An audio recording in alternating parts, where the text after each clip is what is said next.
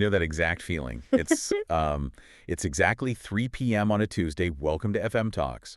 You're sitting there, you're staring at your computer screen, and suddenly the words are just entirely blurring together. Oh, yeah. It feels like someone has draped this incredibly heavy, warm blanket of just pure fatigue over your shoulders.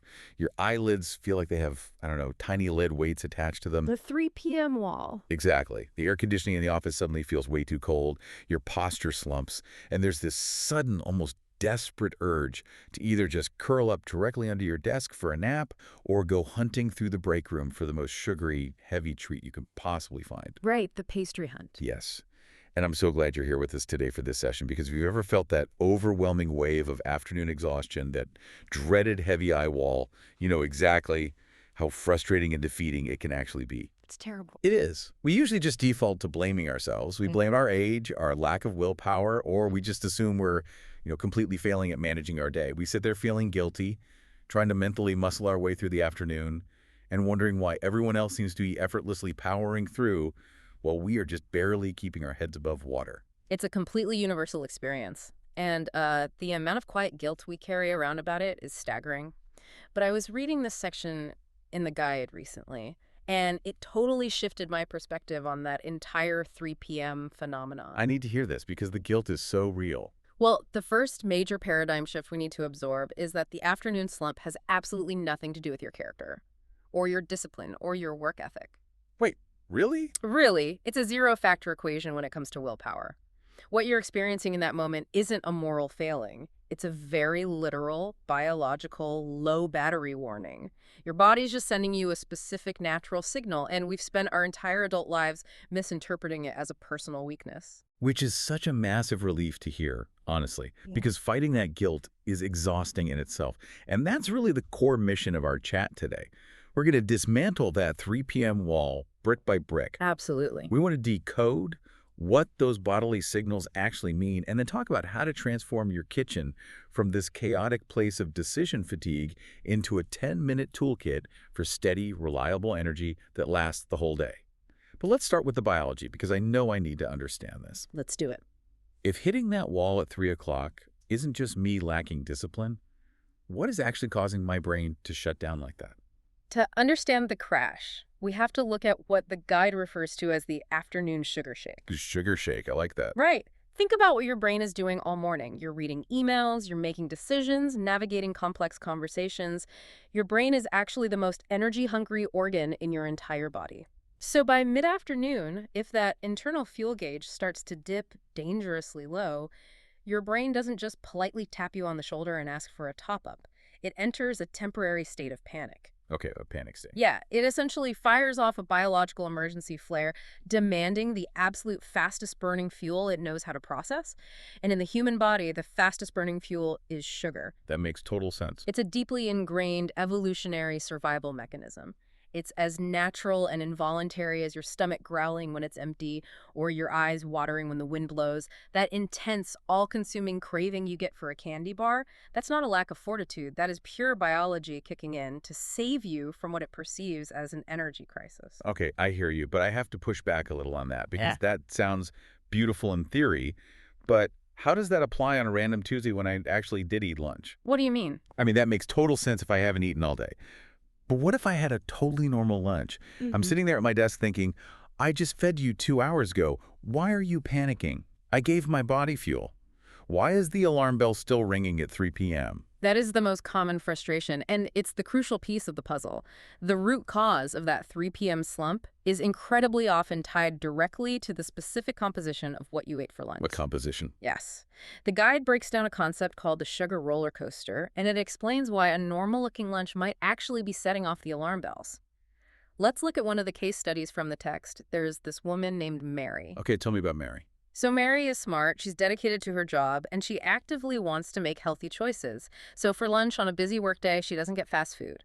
She opts for what feels like a very sensible, responsible meal. Like what? A slice of lean turkey on soft white bread, maybe a little bit of mustard, and a diet soda. It feels light, it's quick to eat at her desk, and immediately afterwards she feels perfectly fine.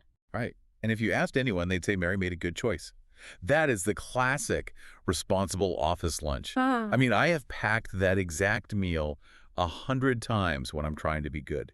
You're telling me the innocent little sandwich is causing a biological panic. It is, and here's the hidden mechanism behind it. That soft white bread is what nutritionists call a fast-digesting carbohydrate, or what the guy refers to as a naked carb. A naked carb? Exactly. Because there's very little fiber or healthy fat to slow down the digestion process, the moment Mary eats it, her body converts the starches in that bread into sugar incredibly fast.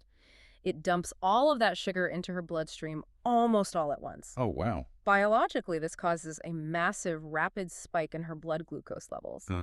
If we go back to the roller coaster analogy, this is that slow, clicking, steep climb to the very top of the highest peak. I know that feeling. Right. For a brief window right after lunch, she's at the top. She feels great. She has a rush of available energy.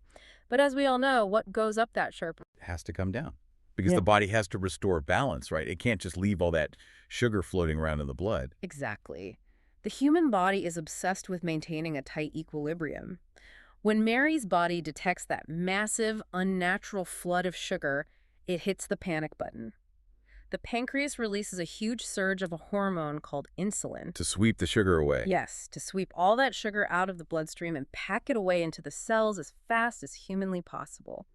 But because the spike was so aggressive, the insulin response is equally aggressive.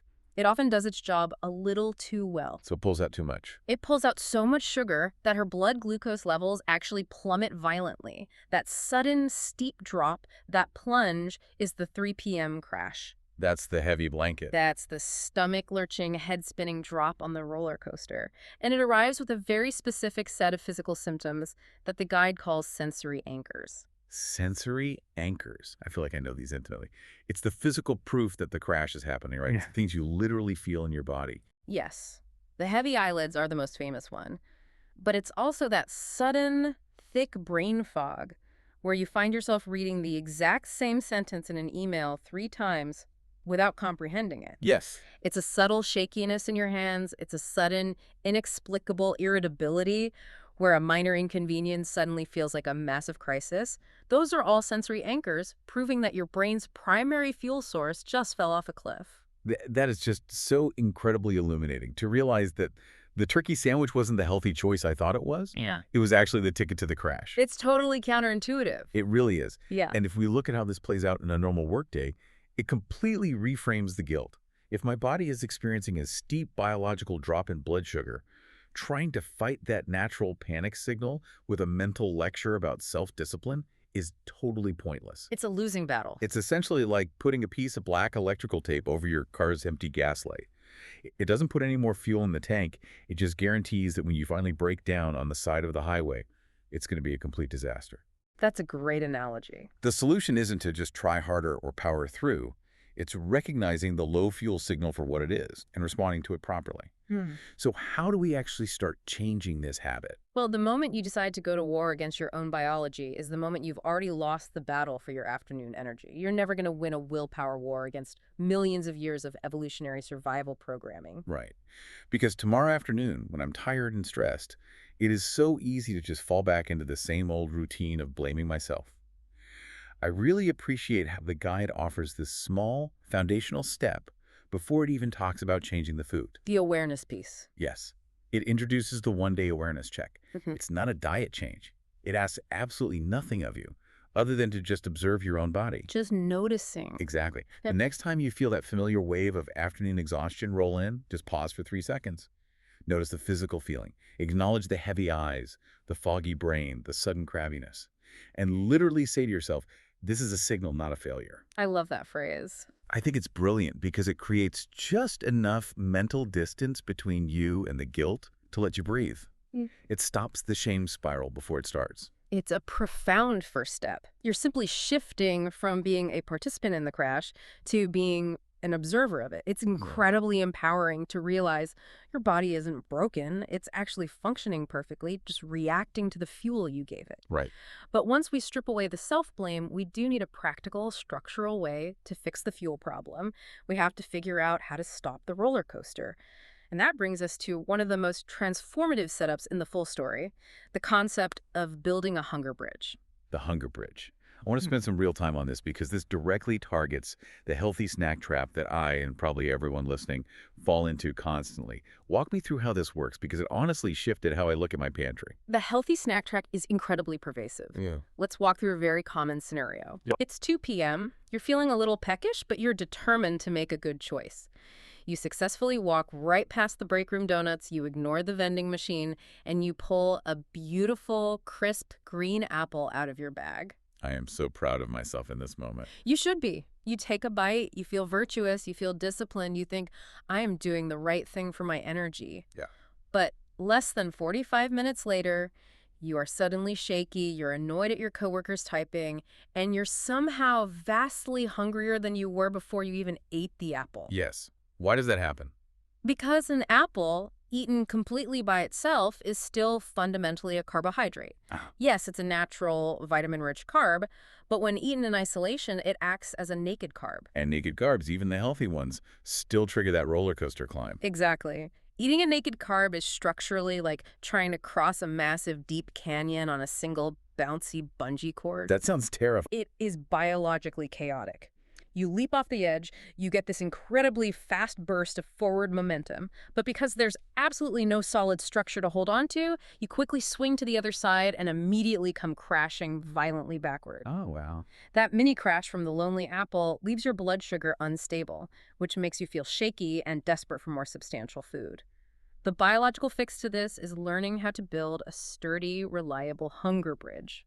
Carbohydrates, no matter how healthy they are, always need what the guide calls steady fill partners. Steady fill partners, meaning bringing in protein and healthy fats to help out the carb. Yes, think of protein and healthy fats as the heavy steel cables and the deep concrete anchors of your bridge. When you take a carbohydrate and you pair it with a protein or a fat, it fundamentally alters the way your entire digestive system processes that food. So it slows it down. It drastically slows down the breakdown of the carbohydrate, which means the sugar drips into your bloodstream at a slow, measured, steady pace instead of flooding in all at once. Meaning no spike. It completely flattens the spike, which in turn entirely eliminates the violent crash on the back end. You've built a sturdy, reliable bridge of energy that can comfortably carry you across the canyon for hours. Okay, so if I'm sitting at my desk and I choose that apple instead of a donut, I think I'm winning. But based on this hunger bridge concept, I'm actually still setting myself up to fail at 3 p.m. unless I change the way I eat the apple.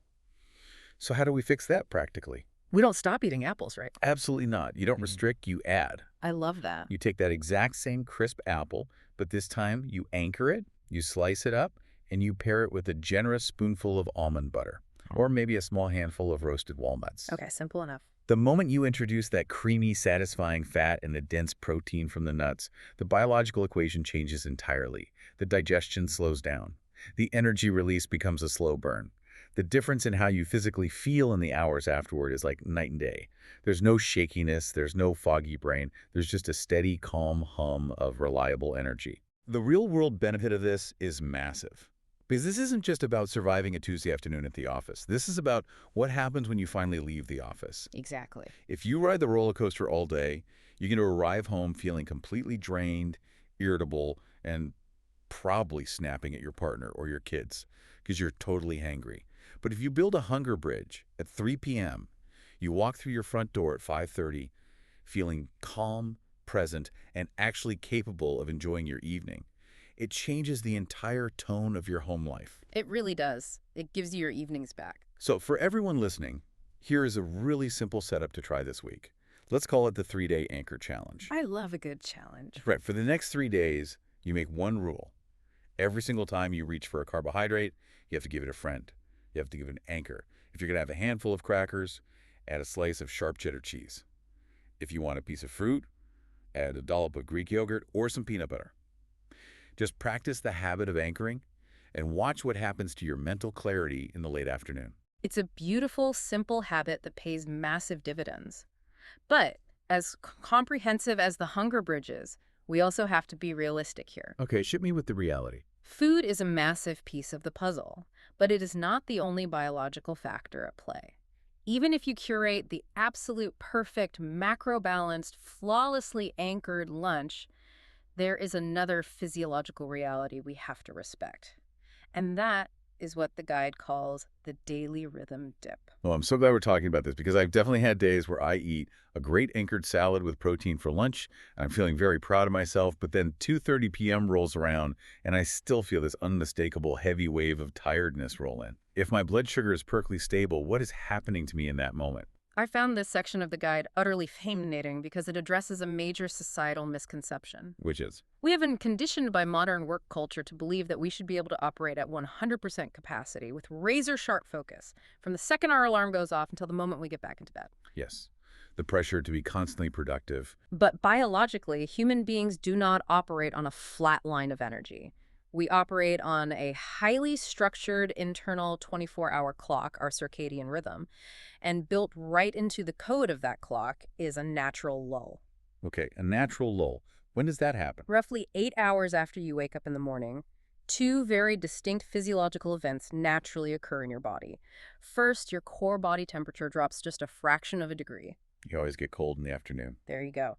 And second, your brain actually secretes a tiny, gentle pulse of melatonin into your system. Melatonin, the sleep hormone, Right. in the middle of a workday afternoon. Yes, exactly. Now, it's not the massive, overwhelming wave of melatonin that puts you into deep sleep at night. It's just a tiny, gentle pulse. It's a biological whisper, suggesting that it might be a good time for a brief period of rest or low-energy activity. A whisper to rest. It's an evolutionary feature of human biology, not a bug.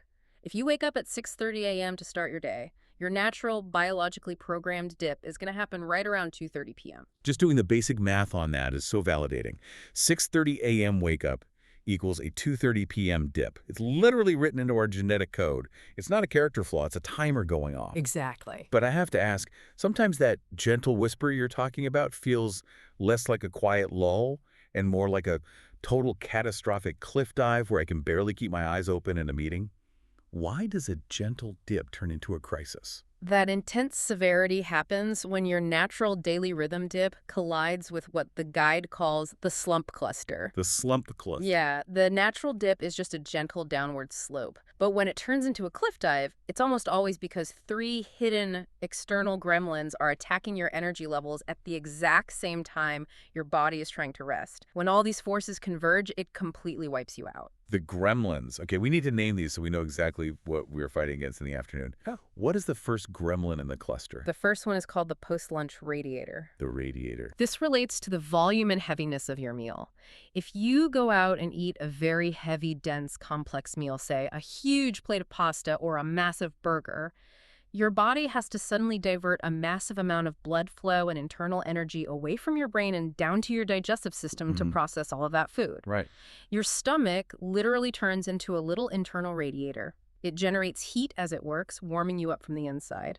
That rush of blood to the gut and that internal warmth make your limbs feel heavy, your brain feels sluggish, and leaves you wanting nothing more than to curl up under a blanket. That is the most accurate description of the post-lunch food coma I've ever heard. The internal radiator. You can literally feel your body temperature rising and your brain slowing down.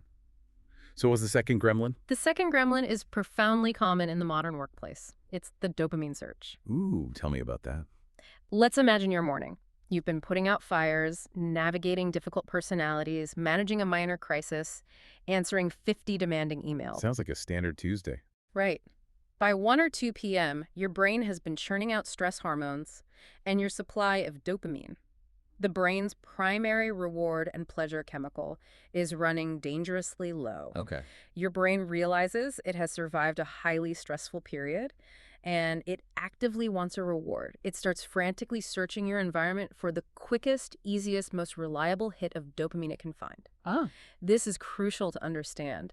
This is not a physical hunger for calories or nutrition. It is your brain literally trying to self-medicate a stress response. And in our modern environment, the fastest way to trigger a dopamine release is usually a trip to the break room for a cookie or a sugary coffee. Wow. So that desperate, almost manic need for a pastry after a really terrible meeting isn't me having a sweet tooth. Yeah. It's my brain demanding a chemical reward for surviving the stress. Precisely. That makes so much sense. It takes the shame right out of the craving. And what is the third gremlin in the cluster? The third is perhaps the sneakiest one of all because it's almost entirely silent. The drought factor. Hydration. Yes. We vastly underestimate how sensitive the human brain is to hydration. Even very mild dehydration, the kind where you don't even consciously register that you are thirsty yet, can cause a significant drop in blood volume. Blood volume drops. Yes, and when blood volume drops, your heart has to work harder, and the delivery of oxygen to your brain actually slows down. This presents as thick brain fog, a feeling of lethargy, and sometimes a low-grade, nagging headache. That is sneaky. The trap here is that we constantly misinterpret the subtle signs of dehydration as physical exhaustion. You sit at your desk thinking, I am so incredibly tired, when in reality, your brain is just desperately crying out for a glass of water to maintain its circulation. When you lay it out like that, the heavy warmth of the post-lunch radiator, the chemical craving of the dopamine search, and the sluggish fog of the drought factor, all piling on top of your natural 2:30 p.m. biological dip, it's honestly a miracle that any of us can function at all in the late It afternoon. really is a perfect storm. It is. And if we look at how to handle this in our daily lives, it means we have to radically change our approach. Fighting that incredible tide of biology and stress with sheer white-knuckled force, or just blindly chugging another mug of bitter office coffee, is a completely losing strategy. It just leaves you wired, anxious, and absolutely exhausted. Right. Instead, we need to adopt the mindset of what the guide calls a slump detective. I really appreciate the slump detective framework because it completely removes the emotional weight from the fatigue. It turns you from a helpless victim of your tiredness into an active, curious observer trying to solve a puzzle. Exactly. When that heavy, awful feeling hits you, instead of groaning and judging yourself, you just pause and ask yourself 3 simple detective questions. What are they? Question 1. Did I eat a really heavy, dense lunch that's turning on the radiator? Question 2. Am I actually physically hungry right now, or did I just have a stressful hour and my brain is on a dopamine search? And question 3. Have I actually consumed a full glass of water in the last 2 hours, or am I suffering from the drought factor? That's a great checklist. Diagnosing the actual gremlin allows you to apply the correct fix. If you're dehydrated, fixing the actual problem by drinking a tall glass of cold water clears the fog almost instantly without putting you on a sugar roller coaster. It's about surgical precision instead of just throwing caffeine at a hydration problem. That level of self-awareness is so vital for maintaining steady energy. But the guide actually takes this self-investigation a step deeper. It shifts the focus away from just analyzing what we are eating or drinking and challenges us to deeply understand why we are reaching for food in the first place. Oh, this is the archetype section. Yes, this leads to a fascinating look at the four eater archetypes. This part of the text was a massive mirror for me. It's fascinating because we all have these very specific, ingrained behavioral patterns around food, even if our daily choices feel totally random and chaotic to us in the moment. Let's really dig into these 4 archetypes because I guarantee everyone listening is going to immediately recognize themselves in one of these character profiles. Absolutely. So the first archetype the guide introduces is the erratic eater. The erratic eater. The case study here is a guy named Tom. Tom is a classic power-through worker. He's deeply committed to his projects. He gets to his desk, opens his laptop, gets completely absorbed in a complex task, and he literally forgets that food exists. I know a few Toms. Right? For Tom, eating is an absolute afterthought. It's an annoyance that interrupts his flow state until it suddenly becomes a biological emergency. He runs on black coffee and adrenaline until his internal fuel tank hits absolute zero. And then what happens? When his slump finally arrives, usually mid-afternoon, it doesn't feel like a gentle lull. It feels shaky, empty, and panicked. He doesn't just want a snack. His brain is screaming that he needs dense calories immediately to survive the crash. And because he's in a state of emergency, he grabs the fastest, most highly processed, carb-heavy thing he can find just to get the shaking to stop. I have definitely had erratic eater days. You look up from a spreadsheet, it's almost 3 p.m., you realize you've had nothing but 2 cups of coffee since 7 a.m., and you feel like you might actually pass out. It's scary. In that moment of shaky panic, you're not going to calmly assemble a salad. You're going to tear open a bag of chips because it's the fastest way to silence the alarm. So what do we do if we relate to Tom? How does the erratic eater fix their setup? For the erratic eater, the intervention isn't about better food choices in the moment of panic. It's about preventing the tank from hitting zero in the first place. They need external structures. Like what? Setting a gentle alarm on their phone for 1 p.m. that simply says fuel. It's about treating a midday meal with the same non-negotiable respect they give to a client meeting. That makes a lot of sense. Yeah. You have to build the guardrails before you drive off the cliff. Okay, what is the second archetype? The second profile is the dopamine seeker. We touched on this biology earlier with the slump cluster. The guide uses the story of Mary here, not the sandwich Mary, but Mary the manager. Ah, Manager Mary. She has a highly stressful role, constantly putting out emotional fires for her team. By 3:30 p.m., she is emotionally drained. She uses food not for physical nourishment, but as a reliable reward or a momentary escape from a highly demanding environment. Using food as a pressure valve. Exactly. When she craves a warm chocolate chip cookie from the cafe downstairs, her stomach isn't growling. The craving is an emotional pull. She is looking for a brief moment of pleasure, a hit of joy, a small bubble of peace in an otherwise chaotic day. Her slump is characterized by a very powerful, highly specific craving that is linked directly to her mood and stress levels. This one hits very close to home for a lot of people. And the crucial takeaway for the dopamine seeker is that trying to use traditional willpower is completely useless. Yeah, it won't work. Standing there, stressed out of your mind, telling yourself, I will be good, I will not buy that pastry, when your brain is literally screaming for a chemical stress relief valve, is a battle you will lose 9 times out of 10. If you identify as Mary the dopamine seeker, the solution isn't fighting the food craving, it's acknowledging the underlying need. You have to find a substitute. You need to provide your tired brain with a non-food reward. If you're stressed, what else gives you a dopamine lift? Maybe it's putting on your headphones and taking a brisk 5-minute walk outside in the sunshine. Maybe it's calling your funniest friend for a quick 5-minute chat and a laugh. You have to give the brain the release it's asking for, just in a way that doesn't end in a sugar crash an hour later. That's perfectly said. You are addressing the root emotional cause, not just slapping a bandage on the physical symptom. Now, the third archetype is perhaps the most mentally exhausting one to carry: the judgmental eater. The judgmental eater. Okay. The profile here is Anna. Anna lives her life governed by a very strict, rigid, ever-changing set of dietary rules. She looks at every single piece of food and instantly categorizes it into a binary system. It is either good or it is bad. It is clean or it is toxic. Sounds exhausting. Her mental energy is completely monopolized by enforcing these strict rules and constantly policing her own behavior. The moment she slips up and eats a bad food, even something minor, a massive, crushing wave of guilt and self-recrimination washes over her. She spends her entire afternoon negotiating with herself, promising to be better tomorrow to atone for today's lunch. It is profoundly exhausting to be your own harshest critic all day long. And the tragic irony of the judgmental eater is that the guilt itself is what's destroying their energy. The guide talks about this concept of the daily fuel tank. We have a finite amount of mental and emotional energy every day. That tank gets depleted just as fast by emotional rumination, guilt, and the constant friction of rigid decision-making as it does by actual physical exertion. Mental fatigue is physical fatigue. If you are Anna, the judgmental eater, you aren't tired because of what you ate. You are exhausted because you are burning all your daily fuel, judging yourself for what you ate. The mental gymnastics are wearing you out. The relief for Anna has to start with neutralizing the moral value of food. An almond isn't morally superior to a potato chip, they just have different biological effects. That neutral perspective is incredibly healing for the judgmental eater. It stops the massive energy leak. Which leads us perfectly into the final archetype, who is also suffering from a drained fuel tank, but for a very different reason: the decision fatigue snacker. Oh, this one. The example here is David. David is highly competent. He is fantastic at making complex decisions all day long. He manages a large team. He organizes his household schedule. He is the go-to problem solver for everyone in his life. Very busy guy.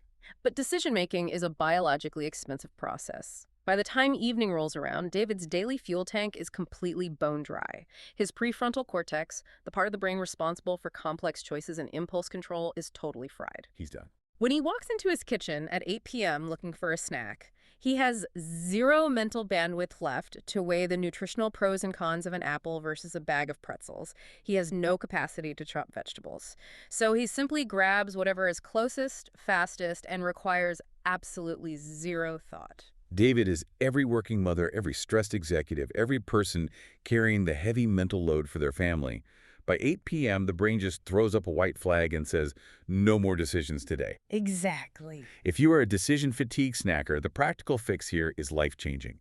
You cannot try to force yourself to make a hard, disciplined, complex choice at 8 p.m. when you are already exhausted. That's setting yourself up for absolute failure. The strategy is to set up the easy choice ahead of time.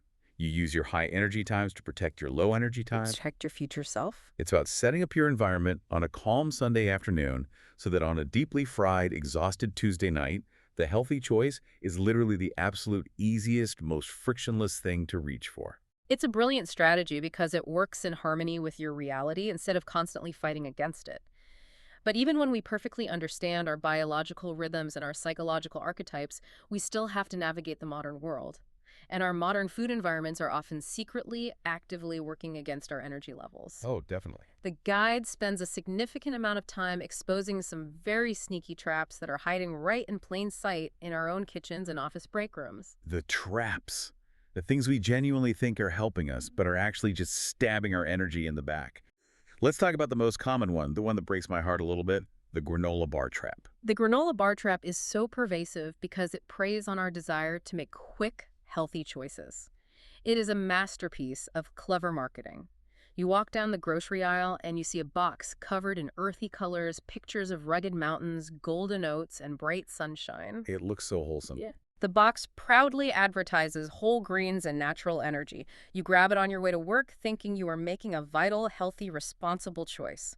But if you actually flip that box over and read the fine print on the ingredient list, sugar, or one of its many sneaky aliases like brown rice syrup, agave, or cane juice, is very often the second or third item listed. It's just sugar. The reality is, many of these bars are just sugar bombs in a clever disguise. Because they often lack a strong, dense protein or fiber anchor, that processed grain and sugar hits your bloodstream almost exactly as fast as a traditional candy bar would. It gives you a quick, artificial spike of energy, and then drops you right off a cliff into an even worse slump an hour later. It is so incredibly frustrating because as a consumer, you feel like you are doing the right thing. You actively bypass the chocolate chip cookies to choose the healthy granola bar. You eat it, and you still end up crashing at your desk. Yeah. And when that secondary crash hits, that's usually when we fall headfirst into the second major trap. Yes, the dreaded caffeine loop. When that severe afternoon crash hits you, your immediate visceral instinct is to grab a massive 4 p.m. coffee or crack open an energy drink. It feels like a necessary lifeline just to survive the rest of the workday. We've all been there. And it does work temporarily. It masks the symptoms of the slump for a few hours. But here is the highly insidious part of that trap. Caffeine has a very long half-life in the body. That late afternoon caffeine stays circulating in your system long into the night. It silently, invisibly disrupts the architecture of your deep sleep. Even if you don't realize it. You might still fall asleep, but you aren't getting the restorative deep sleep waves your brain needs. So you wake up the next morning feeling slightly less rested, essentially starting your new day already in a biological sleep deficit. Which guarantees that when the next afternoon rolls around, your natural dip is going to feel so much worse. Exactly. And because the slump feels worse, you feel compelled to drink a larger, stronger coffee to get through it. The loop continues day after day, constantly borrowing fake energy from tomorrow to get through today, and systematically ruining your sleep quality in the process. It's a physiological debt trap. It is a vicious, exhausting cycle. So let's look at the reality. If we are avoiding the fake, healthy sugar bomb granola bars, and we are being disciplined about cutting off our caffeine intake early to protect our sleep architecture, what on earth are we supposed to do when that thick, woolly brain fog rolls in at 3:30 p.m.? When we're sitting at our desks, staring at a spreadsheet, feeling like we literally cannot keep our eyes open for one more minute. This is where we have to act counterintuitively.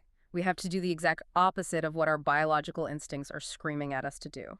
The guide explains a physical phenomenon called the sitting slump. The sitting slump. When you feel that wave of profound tiredness wash over you, your evolutionary instinct commands you to sit perfectly still to conserve whatever meager energy you have left.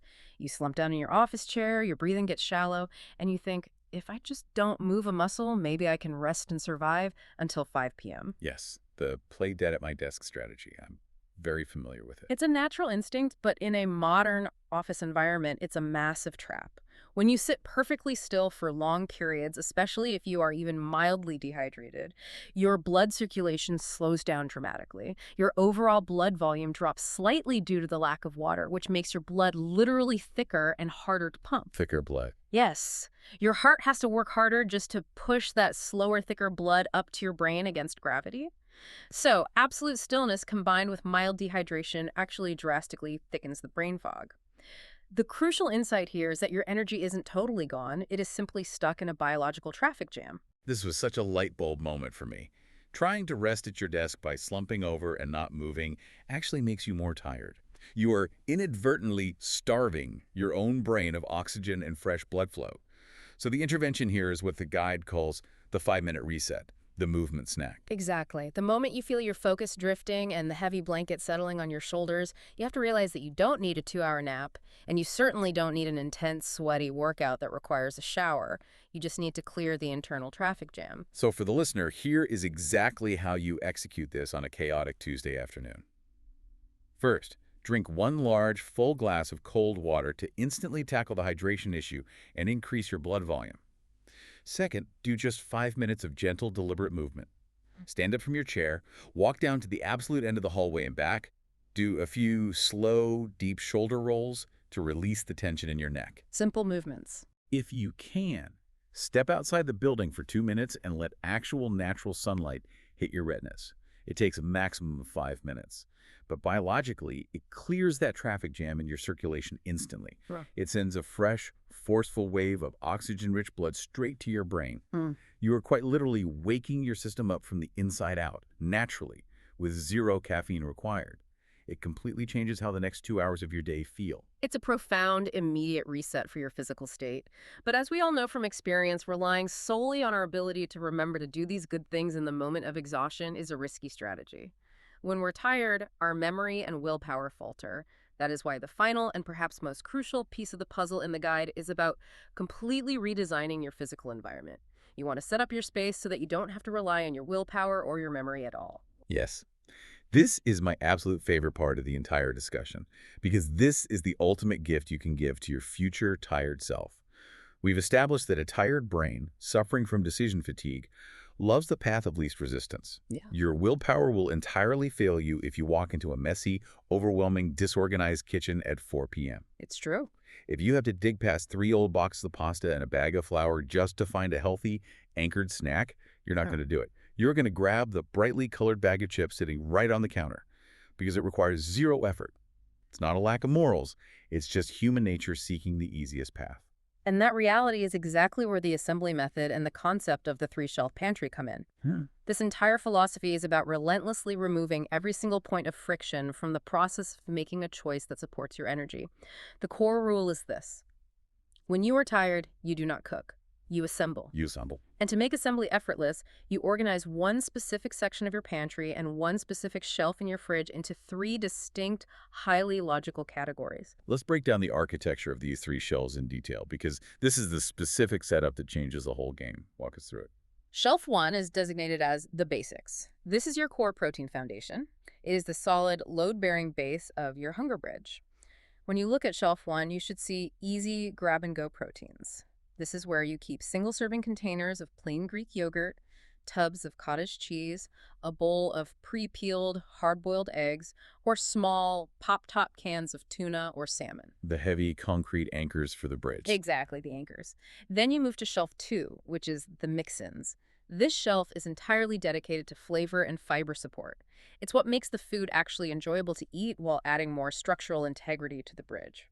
On Shelf 2, you keep your jars of creamy almond butter, natural peanut butter, small containers of chia seeds or hemp hearts for dense fiber, spices like cinnamon or everything bagel seasoning, or a small, high-quality bottle of balsamic vinegar. That sounds amazing. These items add deep sensory satisfaction and work to slow down the energy release even further. Okay, so we have the foundation and the flavor. What goes on Shelf 3? Shelf 3 is the toppings. This is explicitly for the crunch. It's for the physical sensory satisfaction that sends a signal to your brain that you are eating something substantial and real. This shelf holds your jars of raw almonds, roasted pistachios, salty sunflower seeds, or, if we're looking in the freezer, a bag of frozen dark berries. So bringing this into the real world, the setup here is what we can call the Sunday shelf scan. You carve out exactly 20 minutes on a quiet Saturday or Sunday morning. You don't overhaul your entire kitchen. That's way too overwhelming. You just organize one single dedicated area of your fridge and one shelf in your pantry into these 3 specific categories. That's all it takes. By taking 20 minutes on the weekend, you completely remove the heavy burden of making complex nutritional decisions on a deeply tired Tuesday afternoon. When 3:30 p.m. rolls around and your brain is fried, you don't stand there staring blankly into the depths of the fridge hoping for inspiration. You follow a simple formula. You grab one basic from shelf 1, you add one mix-in from shelf 2, and you finish it with one topping from shelf 3. It makes building a perfect hunger bridge the absolute easiest, most obvious, and most frictionless choice available to you. It's a beautifully elegant setup. And to make it even easier, the guide provides some brilliant, incredibly simple recipe templates that utilize this exact assembly method. Let's look at how this modular system works in actual practice. Let's walk through a few of these specific combinations, because honestly they sound so delicious and doable. First, let's talk about the sweet tooth, because when that dopamine surge hits, I usually want sugar. What is the alternative? The guide mentions the apple almond anchor. The apple almond anchor is the perfect, scientifically sound sweet fix. You start with a crisp, sweet apple that is your healthy, vitamin-rich, high-fiber carbohydrate. But remembering our rules, we never send a naked carb into our system alone. Never. So you pull from your setup, you grab a single-serve packet or a generous spoonful of creamy almond butter from shelf 2. You quickly slice the apple and you dip it heavily in the almond butter. The dense fat and the high-quality protein in the almond butter act as a massive anchor for the natural fructose in the apple. Instead of a rapid spike and a terrible crash, you get a beautiful, steady, slow burn of pleasant energy. It takes literally 60 seconds to assemble. It genuinely feels like a decadent treat, and it carries you smoothly all the way to dinner time without a single tremor. Now, what if you were someone who craves savory, salty things in the afternoon? I absolutely love this next concept, the 60-second cottage cheese bowl, or what I like to call the savory caprese. This one is incredibly satisfying. You take a half-cup scoop of cottage cheese from shelf 1. Cottage cheese is a phenomenal, massive protein anchor. You top it with a handful of sliced cherry tomatoes for freshness. Then you drizzle it with a little dark, rich balsamic vinegar from shelf 2, and maybe sprinkle a heavy pinch of salted sunflower seeds from shelf 3 to give it that necessary crunch. Delicious. The bright acidity of the tomatoes and the vinegar is incredibly refreshing to a tired palate. And the dense protein matrix of the cottage cheese keeps your blood sugar locked in place, keeping you full and intensely focused. It feels like an elegant little dish you'd get at a cafe, but it requires no cooking and takes exactly 1 minute to throw together. And the last combination we absolutely have to highlight is for those specific days when you are just brimming with stress and you need to aggressively, loudly crunch on something to relieve that tension. The nutty celery crunch. This is a classic for a reason. You use crisp, watery celery stalks as your structural base. You fill the boats heavily with thick, natural peanut butter from shelf 2, and then you aggressively sprinkle sunflower seeds or chia seeds from shelf 3 all over the top. The key here is the loud, echoing, satisfying crunch of the celery. Just sensory release. Yes, that loud crunch is what we call a sensory anchor. The physical act of heavy chewing actually helps dissipate built-up jaw tension and stress, satisfying the brain's craving for physical release, while the dense peanut butter and the seeds provide a rock-solid, unshakable hunger bridge. The golden rule governing all of these combinations is what makes the system work. Absolutely no recipe takes longer than 10 minutes from start to finish, and you never ever use more than 1 or 2 dishes. No pots, no pans, no massive cleanup. It is the ultimate low-friction toolkit for maintaining steady, reliable energy. When you take a step back and put all of these individual pieces together, when you deeply understand the actual biology behind the sugar crash, when you commit to building sturdy hunger bridges, when you respect the natural lull of your daily rhythm, when you honestly recognize your specific eater archetype, when you learn to sidestep the sneaky environmental traps, and finally, when you physically organize your kitchen to support your goals, the overall transformation in how you experience your days is profound. That brings us to the ultimate, most important question of this entire chat. What happens when this actually starts working for you? When you finally implement the 3-shelf pantry, when you stop fighting a losing war against your own biology? What does success actually look and feel like on a random rainy Thursday afternoon? What I find most fascinating about this entire process is that success isn't loud. It's not this dramatic, cinematic explosion of boundless, jittery energy where you suddenly feel like running a marathon at 4 p.m. True success is marked by a quiet disappearance. A disappearance of what? It is the profound absence of that panic-demanding voice in your head screaming for a sugar fix. It is the gentle lifting of that thick, dry brain fog. Success is simply looking up from your keyboard, realizing with a start that it is 4:30 p.m., and recognizing that your mind is still sharply focused, your mood is perfectly stable, and you haven't even had a passing thought about the break room vending machine. It's the return of your own equilibrium. It's the incredible peace of mind that comes from knowing you are finally off the roller coaster. You're just driving on a smoothly paved road. To really cement that feeling and prove to yourself that this works, I highly recommend adopting one final tiny habit, starting a 5-day win journal. Keep a small notebook by your bed. Just take 60 seconds at night, right before you turn out the light, to acknowledge just one moment that day where you didn't crash. Focus on the positive. Write down, I felt completely clear-headed during the 3 p.m. marketing meeting today. Or, I easily and calmly walked right past the donuts in the kitchen. Acknowledging those quiet, often unnoticed wins builds profound, compounding confidence. It proves to your brain that the setups you've put in place are actually working. It absolutely does build that confidence, and achieving that physical stability actually raises a really important question, a final provocative thought to mull over as we wrap up. Okay, let's hear it. Now that we have a solid grasp on how to master our physical fuel, now that we know the mechanics of stabilizing our blood sugar and protecting our daily fuel tank from draining, what happens when we shift our attention from physical energy to mental focus? That's a great question. The full story briefly hints at this fascinating concept called sensory sips as a method to wake up the brain instantly, bypassing the digestive system entirely through our other senses. It is a really compelling glimpse into how we can thoughtfully manipulate our physical environment to rapidly sharpen our minds, and it is absolutely something deeply worth exploring as the next step in this lifestyle journey. Oh, sensory sips to bypass digestion and wake up the brain. That is definitely the next frontier. I can't wait to dig into that. We have covered so much incredible foundational ground today, from dismantling the heavy guilt of the willpower myth to giving you a tangible, practical 10-minute toolkit for your kitchen. I really hope you are walking away from this chat feeling empowered, entirely free of that heavy afternoon guilt, and ready to start building your own sturdy hunger bridges this week. If you want to dive deeper into these ideas, the full guide is available on Amazon. You can find the link in our bio. It's a perfect deep dive for a quiet afternoon. Thanks for listening to FM Talks.